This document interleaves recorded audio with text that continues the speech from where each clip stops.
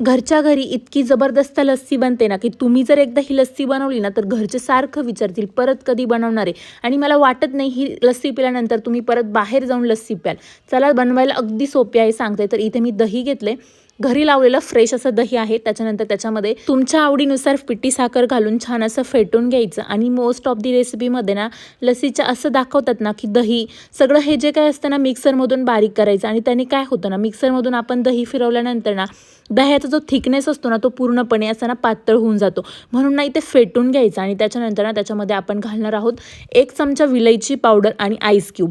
छान हे सगळं फेटून झालं. त्याच्यामध्ये आपण घालणार आहोत 1 चमचा आईस्क्रीम. त्याच्यानंतर आईस्क्रीम पण छान मिक्स करून घ्यायची. थोडेसे ड्रायफ्रूट्स घालायचे आणि त्याच्यानंतर इथे सगळी ग्लासमध्ये टाकून घ्यायची. आणि वरून मस्त अशी आईस्क्रीम घालायची आणि ड्रायफ्रूट्स घालून ना मस्त अशी सर्व करायची. तुम्ही एक घोट जरी हा लस्सीचा घेतला ना अगदी मन शांत होऊन जातं. एकदा नक्की ही लस्सी ट्राय करा. आणि अशा सोप्या पद्धतीने घरगुती थंडगार उन्हाळ्यामध्ये रेसिपी बघायची असेल ना तर मला फॉलो करायला अजिबात विसरू नका. Thanks for watching and bye. Follow me.